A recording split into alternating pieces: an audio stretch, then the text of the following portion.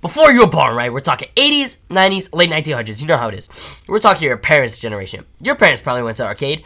Everybody was hitting up that arcade. That was the stuff. Like, people would go there, put in that work, and go hard on those machines. But what? What are you going to do? You just going to impress yourself, beat yourself every time?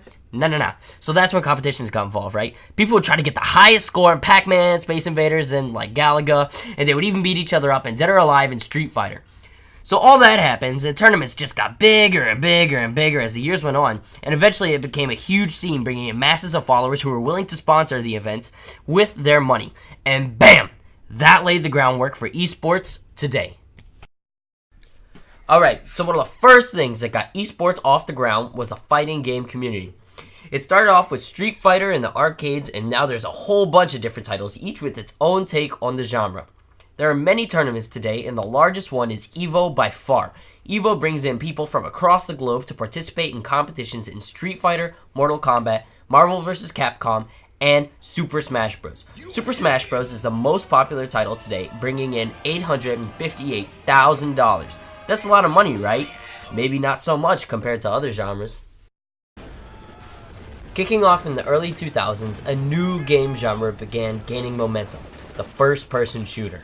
Primarily known as FPSs, they received the spotlight with games like Call of Duty, Battlefield, Quake, and Counter-Strike.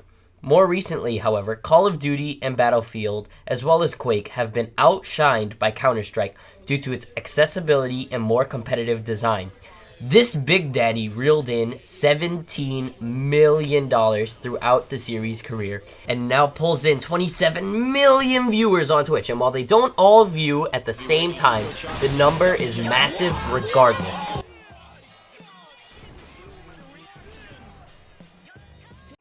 Alright, so as we all know now, the first-person shooter is huge, but we're going to shift focus to an even more popular type of game at this moment in time.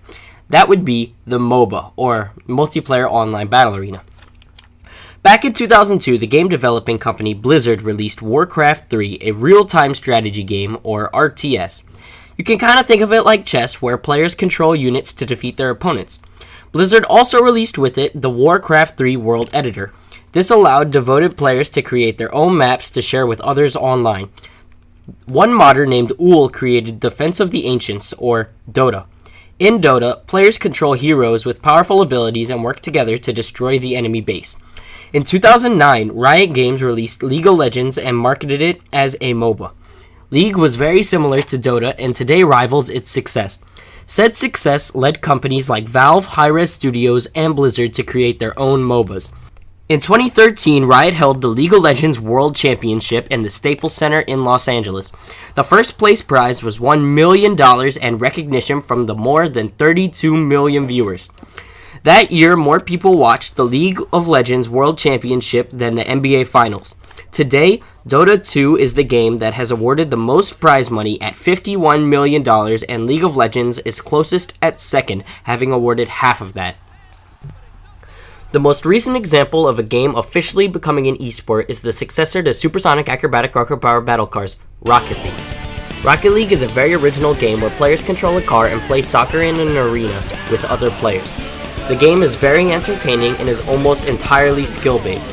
This refreshing concept was introduced in 2008 but only began gaining popularity this August with the release of Rocket League. Now it has 1.5 million players and has awarded $2,000 in prizes at tournaments, but both figures are still growing exponentially. On the other end of the spectrum is Hearthstone, which revived Blizzard's popularity in 2014 after the decline of MMOs.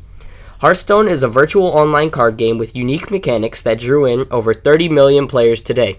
The number of players is still growing, as is the fan base, amount of tournaments, and prize money, which is currently $3 million despite having only been around for 1 year. Unlike its other esport counterparts, Hearthstone is a slow game revolving solely around strategy and luck rather than physical skill and reflexes. Despite these attributes, it is still considered an esport, but is it really possible for a card game to replace football or soccer in the hearts of sports fans? It is likely that a rift will always exist between sports and esports, but the global recognition has been on the rise and we have seen a number of examples of that. The largest and most remarkable was the airing of a Dota 2 tournament on ESPN. The airing brought forth a substantial amount of criticism from sports fans, but served as a progressive step in the right direction for esports around the globe. We hope you enjoyed our presentation regarding the growing entertainment medium known as esports. The majority of editing was done by Patrick, the majority of research was done by Abbas, and Parker basically just read off a page, but he still deserves an A, right?